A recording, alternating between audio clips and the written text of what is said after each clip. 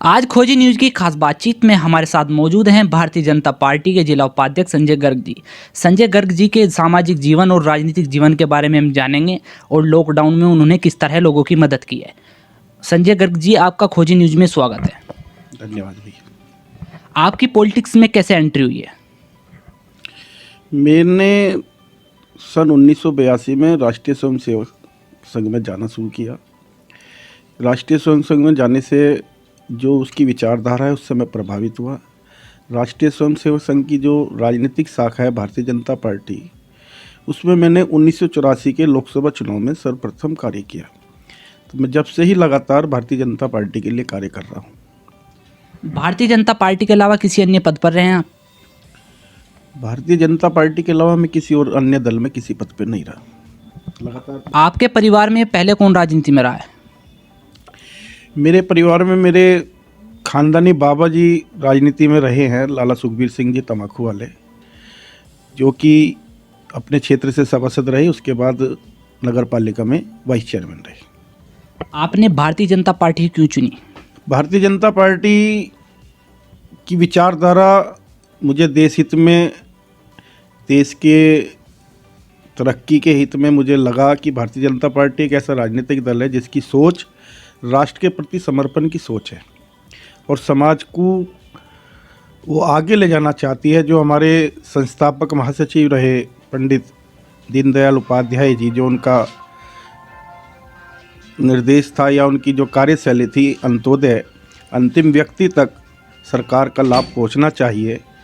अब मुझे लग रहा है कि उसकी जो उन्होंने सोच रखी थी, आज उस सोच को देश में माननीय मोदी जी और प्रदेश में माननीय योगी जी उसे पूरा कर रहे हैं। जो भी योजनाएं सरकार द्वारा बन रही हैं, उन सब में आज अंतिम व्यक्ति को पहले प्राथमिकता दी जा रही है। चाहे गैस सिलेंडर का आवंटन हो, चाहे शौचालयों का निर्माण हो, चाहे भवन का निर्माण हो, कोरोना काल में चाहे गरीब ठेले वाले को, मजदूर को 1000 रुपये महीना देना हो या फ्री में अन्न देना हो, अन्य योजनाएं जो गरीब लोगों से शुरू होती है। अभी कोरोना काल में भी जो टीका शुरू किया है माननीय मोदी जी ने परसों, उसमें भी पहले सबसे निम्न व्यक्ति को टीका लगवाया ना कि ऊंचे आदमी को। मैंने देखा है अनेक देशों में कि राष्ट्रपति से टीकाकरण शुरू हुआ है, लेकिन हमारे यहाँ पहले एक सफाई कर्मचारी, एक नर्स, एक पैरामिलिट्री फोर्स या उनके डॉक्टरों को दिया गया। उसके बाद फिर आम जनता को या उससे ऊपर के लोगों को दिया जाएगा। भारतीय जनता पार्टी में आप अब तक किन किन पदों पर रहे हैं? भारतीय जनता पार्टी में मैंने वार्ड से काम शुरू किया। वार्ड अध्यक्ष रहा मैं 1988 में। उसके बाद मैं युवा मोर्चे में भी रहा, नगर अध्यक्ष रहा, जिले में उपाध्यक्ष रहा, जिले में महामंत्री रहा। भारतीय जनता पार्टी में मीडिया प्रभारी भी रहा और इससे पहले मैं नगर में भी नगर महामंत्री रहा, नगर उपाध्यक्ष रहा। अनेकों पदों पे पार्टी ने मुझे बहुत सेवा करने का मौका दिया और मुझे 1996 में सर्वप्रथम मेरे मना करने के बाद भी पार्टी ने आदेश दिया कि नहीं, आप अपने वार्ड से अपना सभासद लड़ेंगे, पार्टी के सिंबल पर लड़ेंगे। पार्टी के सहयोग से, जनता के सहयोग से उस टाइम भी मैं सर्वाधिक मतों से नगर के अंदर 1528 वोटों से विजय प्राप्त की थी। उसके बाद आपने कोई चुनाव लड़ा? उसके बाद मैंने नहीं चुनाव लड़ा। उसके बाद एक बार महिला सीट आ गई थी तो पार्टी ने आदेश किया कि आपको पुनः चुनाव लड़ना है। तो मैंने अपनी पत्नी मितिका गर्ग को चुनाव लड़ाया था। वो भी मेरे से ज़्यादा 1578 वोटों से विजय हुई थी। उस टाइम भी नगर के अंदर इतने अधिक वोटों से कोई सभासद विजय नहीं हुआ था। आप भारतीय जनता पार्टी में काफ़ी वर्षों से हो, तो विपक्ष के तौर पर आप किन बड़े बड़े आंदोलनों में शामिल हैं? आंदोलन खूब किए। आंदोलन भारतीय जनता पार्टी के जितने भी, 3 बार मैं जेल गया हूँ, लगभग 3 मुकदमे अब भी चल रहे हैं मेरे ऊपर। और सभी आंदोलन में लगभग, चाहे लखनऊ रैली हो, चाहे दिल्ली रैली हो, चाहे जनपद स्तर की रैली हो, चाहे मंडल स्तर की रैली हो, जो भी कार्यक्रम पार्टी का है, सब में अग्रणी रूप रह के काम किया है। किन आंदोलनों के मुकदमे आप पर अभी भी चल रहे हैं? हमारे पे एक रेल रोकने का मुकदमा चल रहा है, 2 पुतला फूकने के चल रहे हैं। भारतीय जनता पार्टी में आप अपना आदर्श किसको मानते हैं? भारतीय जनता पार्टी मेरे आदर्श हैं माननीय मोदी जी हैं वर्तमान में, अटल जी मेरे आदर्श रहे, अडवाणी जी आदर्श रहे, कल्याण सिंह जी आदर्श रहे। कल्याण सिंह जी का शासन मुझे आज भी याद है। 1991 में, 93 में उन्होंने जब भी गुंडा मुक्त किया था प्रदेश को। आज माननीय योगी जी भी मेरे आदर्श है। मेरा शीर्ष नेतृत्व सब आदर्श है। आगे की चुनावी रणनीति क्या है? आगे चुनाव लड़ाएंगे, पार्टी का जो आदेश होगा। माननीय कपिल देव जी नगर में अच्छा कार्य कर रहे हैं, पार्टी ने इन्हें मौका दिया तो इन्हें लड़ाएंगे, नहीं जिसे भी मौका देगी पार्टी उसे चुनाव लड़ाएंगे। अभी 19 में डॉक्टर संजीव बालियान जी को पूरे तन्मयता से चुनाव लड़ाया, दिन रात एक करके चुनाव लड़ाया, जीते हैं, आगे भी जीतेंगे। जनता में अच्छा संदेश है, सरकार अच्छा कार्य कर रही है, स्थानीय विधायक अच्छा कार्य कर रहे हैं। राजनीतिक जीवन का कोई एक ऐसा संस्मरण जिसमें आपने किसी व्यक्ति की मदद की हो? खूब की है। जब मैं सभासद रहा, मेरी पत्नी सभासद रही, बसपा की सरकार थी, मैंने अपने क्षेत्र में से 36 लोगों को काशीराम आवास में 36 आवास दिलाए, जिनमें से लगभग 10 आवास ऐसे व्यक्तियों को दिलाए जिनके पास कागजों की पूर्ति करने के लिए पैसा नहीं था। उन सब लोगों की मैंने आर्थिक रूप से सहायता करी और तन्मयता से उनके साथ लग के उनके कार्य को अंजाम दे के उन्हें 36 मकान आवंटित कराए। आप भारतीय जनता पार्टी में काफ़ी वर्षों से हो, काफ़ी वर्षों से रहकर कार्य कर रहे हैं, तो लॉकडाउन में आपने लोगों की किस तरह से मदद की है? लॉकडाउन में बहुत सेवा की है। लॉकडाउन में गरीब लोगों को हमने खाद्य सामग्री उपलब्ध कराई, अनेकों जिनके बच्चे बाहर फंसे हुए थे उनको प्रशासन से पास अवेलेबल कराकर उनको बच्चे लाने की सुविधा दिलाई। सैनिटाइजिंग का हमने निःशुल्क वितरण किया, मास्क का हमने निःशुल्क वितरण किया। हमारी पत्नी ने अपने हाथों से मास्क बनाए, घर पर रखे हुए कपड़ों से उन्हें वितरण किया।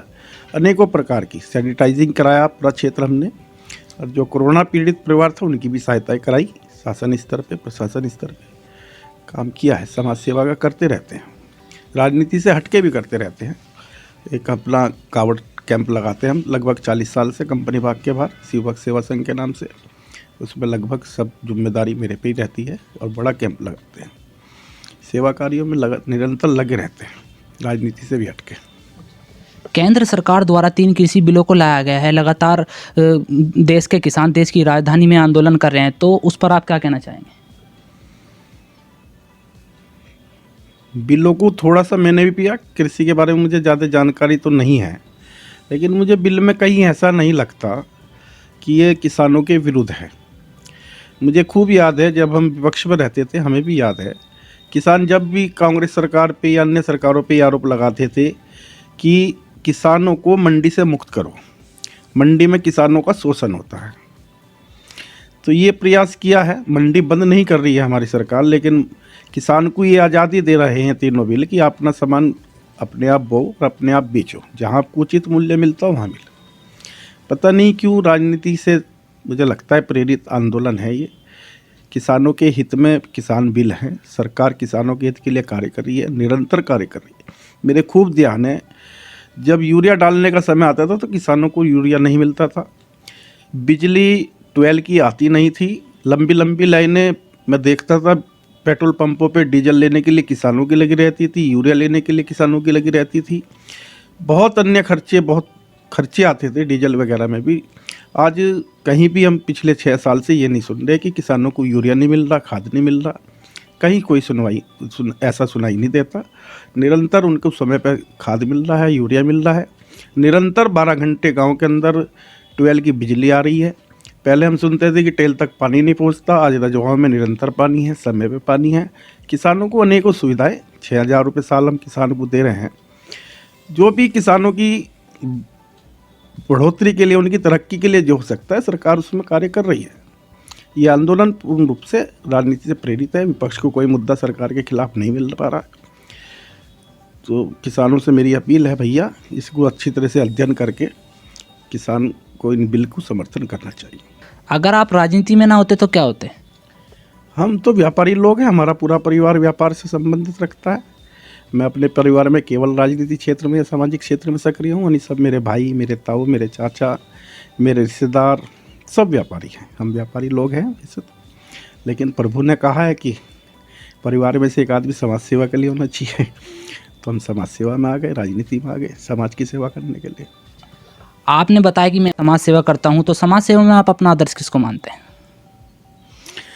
समाज सेवा में तो आदर्श प्रभु की शक्ति है, प्रभु की जो आदेश होते हैं, भगवान के जो आदेश होते हैं उसका पालन करते हैं। उसमें आदर्श तो बहुत सारे लोग हैं, सबसे ही प्रेरणा मिलती है। जब कोई करता है हमें उससे प्रेरणा मिलती है, कोई छोटा आदमी करता है किसी समाज की सेवा में, उससे प्रेरणा लेते हैं कि यार ये कर रहा है तो तू क्यों नहीं कर सकता। प्रेरणा तो स्वतः उत्पन्न हो जाती है समाज की सेवा करने के लिए। कोई आदमी परेशान दिखता है, मन करता है यार इसकी सेवा होनी चाहिए, ऐसे इसका समाधान होना चाहिए। रात को हमारे पास लोग 12-12 बजे आते हैं, भाई साहब थाने में ये हो गया, फलानी जगह ये हो गया, इसमें सहायता कर करते हैं। हम नहीं कभी आलकस करते। रात को 12 बजे कोई हमें बुलाता है, जाते हैं। ऐसा ही कोई संस्मरण आपने बताया कि थाने में भी जाते हैं, ऐसा कोई संस्मरण जिसमें आपने किसी व्यक्ति को न्याय दिलाने का काम किया हो? अब ऐसे उदाहरण तो बहुत हैं, कोई याद रखने योग्य भी नहीं रहते ऐसे बहुत। मतलब इस कार्य से कोई ऐसा विषय जो आपको लगता हो कि मैंने सबसे अच्छा काम किया है, आपको उस काम से सुकून मिला हो? सुकून मुझे इससे मिलता है, मैं बताया पहले भी, मैंने काशीराम आवासीय में बिल्कुल ऐसे गरीब लोग थे जिन्होंने कभी नहीं सोचा होगा कि हमारे घर की पक्की छत होगी, हम उसमें रहेंगे। ऐसा लगता है मुझे, वो काम बहुत अच्छा लगता है। मैंने बहुत लोगों की पेंशनें बनवाई, विधवा पेंशन, वृद्धा पेंशन, विकलांग पेंशन, बहुत पेंशनें बनवाई। सरकार द्वारा जब 30,000 रुपये की विधवा के लिए एक मुश्त अनुदान राशि है, वो बहुत लोगों को दिलाई। मतलब समाज के लिए जो होता है शासन से या व्यक्तिगत रूप से जितनी मेरी क्षमता है, हम लोग करते हैं, खूब करते हैं सेवा। तो मेरा आपसे आखिरी सवाल ये है कि पब्लिक को शिक्षा को लेकर क्या संदेश देना चाहते हो? शिक्षा के लिए सरकार ने नई शिक्षा लागू की है और निरंतर सरकार का हमारा प्रयास रहता है कि हर बच्चा शिक्षित होना चाहिए। और हमने जब हम सभासद थे तो हमारे स्कूल, उसमें भी क्षेत्र में एक सरकारी स्कूल पढ़ता है, गरबी स्कूल, उसमें निरंतर हम जाते थे और उसमें बच्चों को प्रोत्साहित करते थे। और लगभग मेरे क्षेत्र में आज कोई परिवार ऐसा नहीं है जिसका बच्चा गैर शिक्षित हो। और शिक्षा के क्षेत्र में हमने वैसे भी बहुत लोगों से उनकी आर्थिक सहायता कराई जिन्हें पैसे के कमी के कारण उच्च शिक्षा प्राप्त नहीं कर पा रहे थे। हमने समाज के लोगों से उनकी सहायता कराकर उन्हें उच्च शिक्षा प्रदान कराई है। ये थे हमारे साथ भारतीय जनता पार्टी के जिला उपाध्यक्ष संजय गर्ग जी। संजय गर्ग जी के हमने राजनीतिक और सामाजिक जीवन के बारे में जाना। तो संजय गर्ग जी, आप खोजी न्यूज़ से बातचीत करने के लिए आपका धन्यवाद।